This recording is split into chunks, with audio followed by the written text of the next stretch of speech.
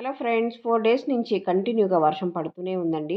వేడివేడిగా ఏదైనా తినాలి అనిపించినప్పుడు బయటికెళ్ళి తెచ్చుకునే ఛాన్సెస్ కూడా ఉండదు. అందుకని చెప్పేసి మార్నింగ్ నేనిక్కడ బఠానీ చాట్ చేద్దామని ఇలా నానబెట్టాననమాట. బఠానీలు పావు కేజీ బఠానీలని ఒక 5, 6 గంటల సేపు నానబెట్టేసి, ఒక బంగాళదుంప వేసి, నీళ్లు పోసుకొని ఒక 5, 6 విజిల్స్ తెప్పించుకున్నాను. అలా స్మాష్ చేసి పక్కన పెట్టేసుకొని, స్టవ్ మీద మూకుడు పెట్టుకొని, ఒక స్పూన్ ఆయిల్ వేసుకొని, జీలకర్ర, ఉల్లిపాయ, పచ్చిమిరపకాయలు ఇలా చక్కగా వేగిన తర్వాత, ఒక స్పూన్ అల్లం వెల్లుల్లి పేస్ట్, ఒక టమాటోని ఇలా చిన్న ముక్కలుగా కట్ చేసి ఫ్రై చేసుకోండి.